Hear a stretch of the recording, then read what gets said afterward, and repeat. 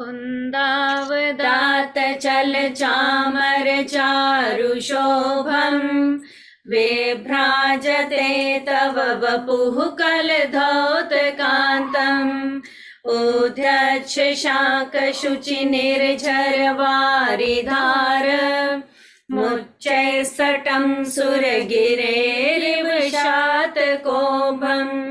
रिद्धि जाप ओम ह्रीं अर्हम नमो घोर गुणाणम झ्रोम झ्रोम नमः स्वाहा। मंत्र जाप ओम नमो अट्ठे मट्ठे शुरुद्रान स्तंभे रक्षाम कुरु कुरु स्वाहा। तो मानतुंग सूरी आचार्य जी कहते हैं कि मैंने अपना जीवन कैसे बिताना है, ये उनके मन में प्रश्न है।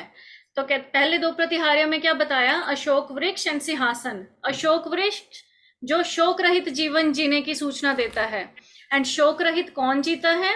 जिसने जीवन में सब कुछ स्वीकार किया है। और सिंहासन सेकंड प्रतिहार्य, सिंह यानी क्रूरता का प्रतीक, सिंह यानी हिंसा का प्रतीक। इस हिंसा के ऊपर 4 उंगल ऊपर जाकर अहिंसा के आसन पर जाकर स्थित हुए हैं। अहिंसा परमो धर्म का सूत्र है। सो दो पिछले प्रतिहार्य में मानतुंग सूरी जी ने यही बताया है कि जीवन को शोक रहित जीना है, और वो कौन जिएगा? जो हर चीज को स्वीकार करेगा। और दूसरा अहिंसा, मीनिंग जो अहिंसा की पूर्णता आ गई, जिसमें मीनिंग जीवन में प्रेम आ गया है।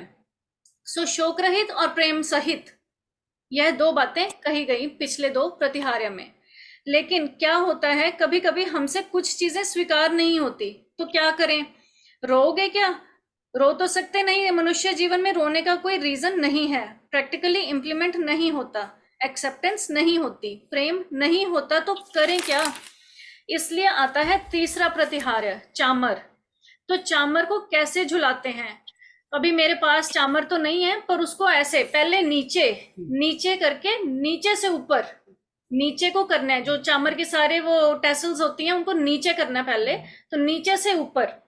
कहते हैं कि प्रभु, जब मेरे जीवन में कहीं पर भी कोई ऐसी दुर्घटना होती है कि जिसे मैं स्वीकार नहीं कर पाता, जिसको मैं प्रेम पूर्वक नहीं उठा पाता, जब मेरे राग और द्वेष यूं आकर खड़े हो जाते हैं, तब इन राग और द्वेष को यूं झुकाना है। तो पहले वो जो उसकी टेसल्स वाला पार्ट है उसको नीचे झुकाता हूं आपके चरणों में, एंड जैसे ही उनको झुकाता हूं, सच में एकदम उल्लास का वापस उठता हूं, उल्लास से वापस उठता हूं, फुवारे की तरह। तो वो जो चामर को पहले नीचे करते हैं, फिर वापस एकदम ऊपर करते हैं, उल्लास से फुवारे की तरह। ये है झुकना एंड ये है उठना, मीनिंग नीचे झुकना एंड फिर एकदम उठना। थैंक यू दीदी। क्या बात, या गुड। दिख रहे सबको? दिख रहे? No, you are not on spotlight. Okay, ये चामर इसी का प्रतीक है, इस बात का कि परमात्मा दिन में कितने मौके आएंगे ऐसे जब मैं कुछ सीन्स ऑफ लाइफ को स्वीकार नहीं कर पाऊंगा, शोक रहित नहीं रह पाऊंगा, प्रेम पूर्वक नहीं रह पाऊंगा, हिंसा में जाऊंगा। तब भगवान मुझे इन चामरों का स्मरण करवाना, जो चामर आपके आसपास झूलें, यानी जहां यह राग और द्वेष, यह 2 मेरे अंदर उठे, तुरंत मेरी विचारधारा इतनी फोकस्ड हो, इतनी अटेंटिव हो, क्योंकि मैं प्रेमी हूं ना, इसीलिए तुरंत ये राग और द्वेष दोनों आपके चरणों में झुक जाएं। और कब तक झुके रहें? जब तक उसमें एक उल्लास की परिणति प्रकट ना हो जाए। जिसके प्रति राग द्वेष किया, जिसके प्रति बुरा किया, जिसके प्रति हिंसा का भाव रखा, उसके प्रति सॉरी कहने का साहस ना आ जाए, जब तक मिच्छामी दुक्कड़म कहने का साहस ना आ जाए, जब तक, तब तक झुके रहें। और जहां यह साहस आ जाए सॉरी कहने का, वहां तुम अब उठोगे उल्लास से। जिसके भीतर निडरता है, साहस है, उसके भीतर ही उल्लास है। यह मार्ग महावीरों का है, जो जिस क्षण लाइफ में मान, माया, क्रोध, लोभ, राग, द्वेष आए, उसी क्षण परमात्मा के चरणों में झुकना है। और तब तक, जब तक आप मेरे अंदर वो उल्लास की शक्ति ना भर दें। चामर झुकते हैं धारा की तरह एक डायरेक्शन में, वो सारे चामर इधर नीचे को जब झुकते हैं एक डायरेक्शन में फोकस्ड, मेरे अंदर कोई दुख है तो वो मेरा अपना अहंकार, क्रोध, अपेक्षा, मान, माया ही है। सो जब हमारे अंदर किसी भी तरह का दुख आता है, वो अगेन रिमाइंडर कि ये हमारा ही अहंकार, क्रोध, अपेक्षा, मान, माया है। जब ध्यान मेरे मेरे पे जाए, फिर ही झुकना कि मेरे दुखों का कारण मैं खुद ही हूं, तब ही झुकना। फिर देखना कि तुम्हारे अंदर से ऐसे उल्लास का फुवारा उठेगा कि तुम्हारे अंदर के उतने गुण जागृत होंगे कि तुम्हें भी पता नहीं चलेगा। तुम्हारे अंदर से सुख के कारण प्रकट होंगे। आनंद, आनंद कहो, मैत्री कहो, शांति कहो, संतोष कहो, करुणा कहो, हर उल्लास का फुवारा तुम्हारे अंदर से फूटने लगेगा।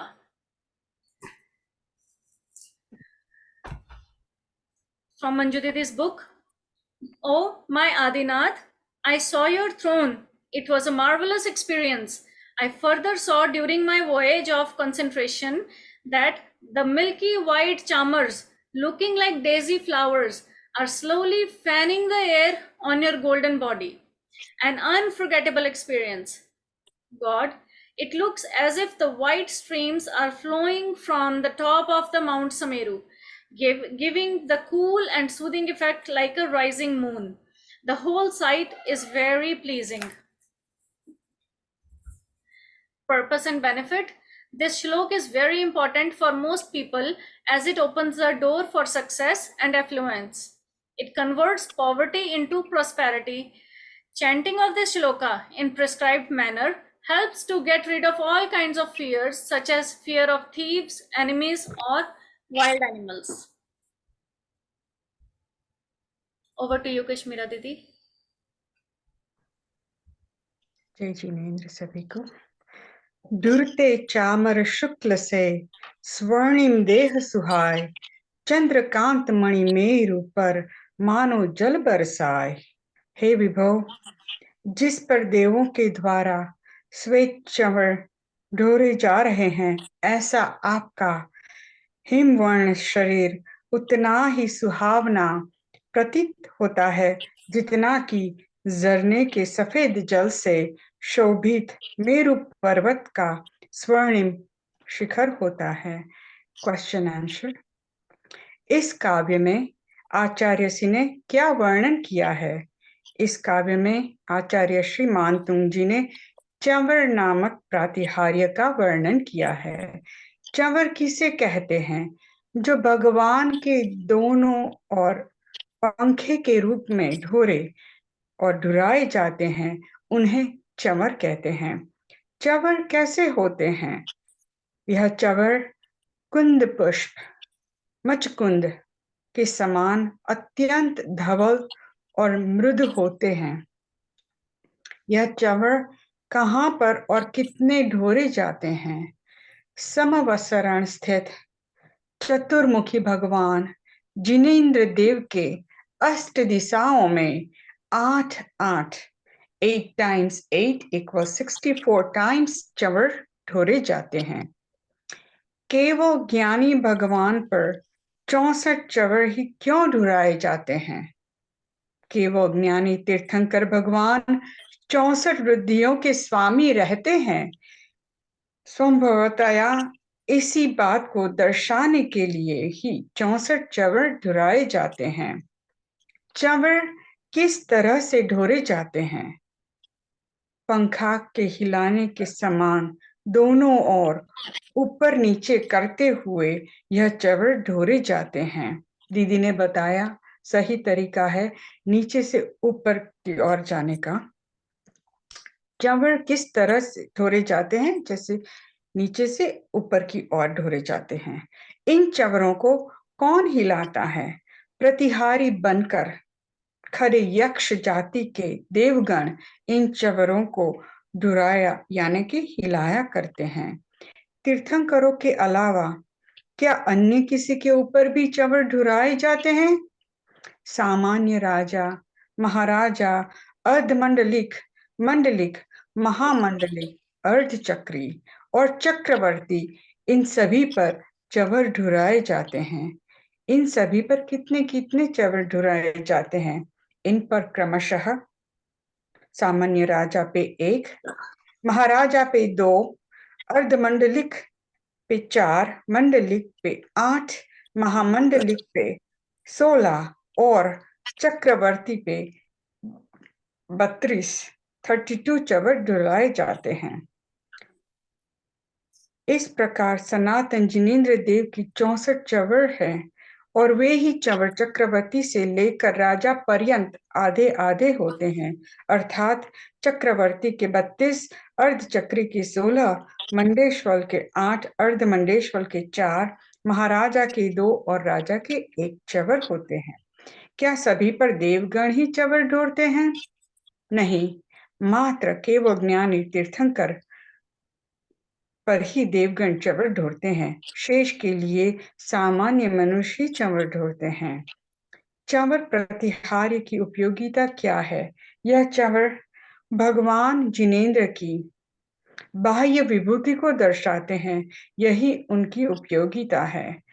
चवर प्रतिहार्य को दर्शाने के लिए इस काव्य में क्या उपमा दी गई है?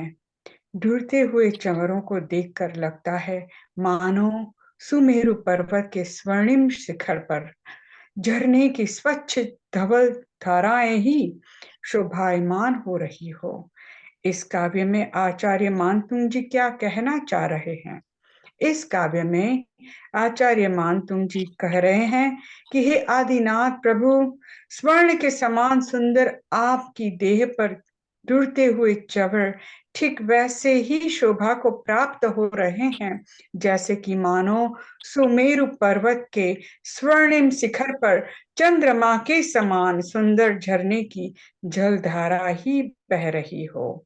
इस तरह की उपमा देते हुए सुमेरु पर्वत का ही नाम क्यों लिया गया है? क्योंकि सुमेरु पर्वत स्वर्ण वर्ण वाला है, अतः आदिनाथ भगवान के स्वर्ण वर्ण वाली देह का रंग दर्शाने के लिए ही सुमेरु पर्वत की उपमा दी गई है। छोटा सा विद्या विचार है। पाप से भीत बिना भगवान से प्रीति नहीं और भगवान से प्रीति बिना आत्मा की प्रतीति नहीं। सभी को जय Shri That was beautiful. Very nice. Thank you, Didi.